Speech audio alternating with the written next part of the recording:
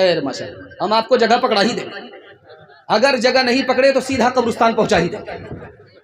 آخری پیغام سنا رہا ہوں، جلسہ بالکل نکل چکا میرے حصے کا، اب مشکل سے 5 سے 10 منٹ کا جلسہ میرے حصے کا باقی رہ گیا۔ مجھے خود حیرت ہے کہ اتنی جلدی میرا جلسہ کیسے نکل رہا ہے، اور آپ اتنی جلدی بیدار کیسے ہیں۔ اللہ آپ کی چمکتی ہوئی پیشانی کو سامنے کر کے آپ کے مقدر کو چمکائے۔ دھیان سے سنیے گا، تیزی کے ساتھ نکل جائے گا۔ جس گھر میں بیٹی پیدا ہوتی ہے اس بیٹی کے باپ کا منہ دیکھیے کیسا ہوگا۔ بیٹی پیدا ہوئی ہے، باپ کو خبر ملی، منہ لٹکا کر کے بیٹھا ہوا ہے، سرگاڑ کر کے بیٹھا ہوا ہے۔ لوگوں نے کہا طبیعت خراب ہے، کہا نہیں بخار ہو گیا۔ بیٹی کا نام سن کر کے بخار چڑھ گیا، لگتا ہے کہ اس سال ماں نے پیٹ سے پیدا کیا، اگلے سال یہی باپ پیٹ سے پیدا کرے۔ معاملہ کیا ہے؟ بیٹا پیدا ہونے کے بعد سر اٹھاتا ہے، مٹھائی بانٹتا ہے۔ بیٹی جہاں پیدا ہوئی منہ لٹکا کر کے بیٹھ جاتا ہے، کیوں؟ بیٹا آئے گا مارکیٹ میں بیچیں گے، مال کمائیں گے۔ بیٹی آئے گی تو جیب بھی کٹ جائے گی، خزانہ بھی خالی ہو جائے گا۔ دال کالی ہے، مکمل گھوٹالہ ہے۔ جلسہ ہو رہا تھا، ایک بوڑھا آدمی آ کر کے بولا مولانا دعا کیجئے میری بیٹی کا رشتہ آ جائے۔ ارے اللہ کا بندہ، رشتہ بیٹی کا نہیں آتا۔ کہا حضور پیسہ نہیں ہے، رشتہ آتا ہے واپس چلا جاتا ہے۔ گاڑی گھوڑا کا ڈیمانڈ کرتا ہے، پیسے کا ڈیمانڈ کرتا ہے، سامان کا ڈیمانڈ کرتا ہے، کوئی ادھار نہیں، سب نگد۔ غریب آدمی کہاں سے انتظام کرے؟ رشتہ آتا ہے چلا جاتا ہے، اس لیے آپ دعا کر دیجئے رشتہ آئے۔ تو اس عالم نے سامعین سے کہا کہ یاد رکھو، بیٹی کو رشتہ نہیں دیتے، پیسہ نہیں تو واپس چلے جاتے۔ تم اصل میں یہ ثابت کرنا چاہتے ہو کہ اس باپ نے جو بیٹی پیدا کیا ہے گناہ کیا ہے، اس کی سزا بیٹی کو بھی ملے گی، بیٹی کے باپ کو بھی ملے گی۔ آپ دیکھیں گے جس لڑکے کی شادی ہوگی وہ منہ پر رومال رکھ کر کے بیٹھا رہتا ہے، ایسے بیٹھا رہتا ہے، اور جانتے ہیں وہ منہ پر رومال رکھ کر کے ہنستا رہتا ہے۔ بیٹی جب رخصت ہوتی ہے تو ادھر سے رونے کی آواز، ادھر سے رونے کی آواز، باپ بھی رو رہا ہے، ماں بھی رو رہی ہے، پورا خاندان رو رہا ہے۔ جوان بیٹی رخصت ہو رہی ہے، کلیجہ منہ کو آ جاتا ہے، پیٹ کے نیچے سے زمین نکل جاتی ہے۔ لیکن دولہا بابو منہ پر کپڑا رکھ کر کے ہنس رہے ہیں۔ ایک چھوٹا بچہ دیکھ رہا تھا، باپ سے بولا ابا یہ رخصتی کا موقع ہے، سب لوگ رو رہے ہیں مگر ایک آدمی ہنس رہا ہے۔ تو بیٹی کا باپ بولا بیٹا کون ہنس رہا ہے؟ کہا دولہا بابو منہ پر کپڑا رکھ کر کے ہنس رہے ہیں۔ کہا بیٹا اچھا یہ ہنس رہا ہے، ابھی تو رخصتی ہے ہم لوگ رو رہے، زندگی بھر اسی بدنصیب کو رونا ہے اس لیے ہنس رہا ہے۔ رسم تلک اب عام ہوئی ہے، کام ہے کتنا گندا، لڑکی والوں کے ہی گلے میں لگ جاتا ہے پھندا، لڑکی والوں کے ہی گلے میں لگ جاتا ہے پھندا، بیچ رہے ہیں یہ لڑکے 2 پیسوں میں ایمان، بتاؤ کیسے بچے ایمان، بتاؤ کیسے بچے ایمان۔ بات ہوئی تھی 200 براتی، منگنی میں بس 30، کھانے میں جب گنتی ہوئی تو نکلے 420۔ بے دعوت کے کھاتے کیوں ہیں، بے دعوت کے کھاتے کیوں ہیں یہ زائد مہمان، بتاؤ کیسے بچے ایمان، بتاؤ کیسے بچے ایمان، کیسے بچے ایمان، بتاؤ کیسے بچے ایمان۔ میں جب آیا مسجد کو دیکھا اور لوگوں کے آس پاس کے گھر کو دیکھا تو مجھے اتنا دکھ ہوا کہ یہاں ہر آدمی کا گھر پھوس کا ہے، لیکن جذبہ کو سلام کہیے کہ اپنا گھر تو ٹٹی پھٹی کا ہے، لیکن اللہ کا گھر ٹٹی پھٹی کا ان لوگوں نے نہیں رہنے دیا، پکا مکان بنایا، اور اس پر بھی تعمیر کے لیے، اس کی تعمیر کے لیے اس کے لیے چندہ کروائے۔ دل اتنا خوش ہوا، خدا نہ خواستہ اگر ابھی ہوا چلے آگ لگے تو پوری بستی جل جائے گی، سب کا گھر پھوس کا ہے۔ اس دور میں جب کہ لوگ 10 منزلہ بلڈنگ بنا رہے ہیں، یہاں کے لوگ ابھی تک پھوس میں رہتے ہیں، لیکن ایمان دیکھیے، جذبہ قربانی کا دیکھیے، اللہ کا گھر مگر پھوس کا نہیں ہے۔ اللہ آپ کو جنت میں اس سے بہتر گھر اور مکان عطا فرمائے۔